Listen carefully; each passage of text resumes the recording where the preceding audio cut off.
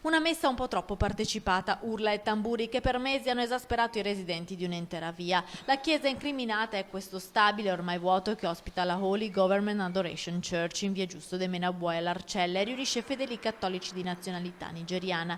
Le messe urlate celebrate dal pastore hanno fatto scattare numerose segnalazioni dei residenti che hanno tempestato di telefonate alla polizia locale. Tutti i martedì, mercoledì, venerdì sera e la domenica mattina le celebrazioni venivano udite dagli abitanti anche delle vie limitrofe che non riuscivano più a sostenere le grida continue. I vigili, dopo alcuni sopralluoghi durante le messe, hanno indagato il predicatore nigeriano 41enne per disturbo della quiete delle persone. In quartiere in pochi vogliono parlare. Le serrande della chiesa sono abbassate. Qualcuno sostiene che i fedeli da qualche tempo non si fanno più vedere. È rumoroso, forse quelli che abitano al fianco, ma la sera mi sembra che sia un'oretta e mezza che fanno.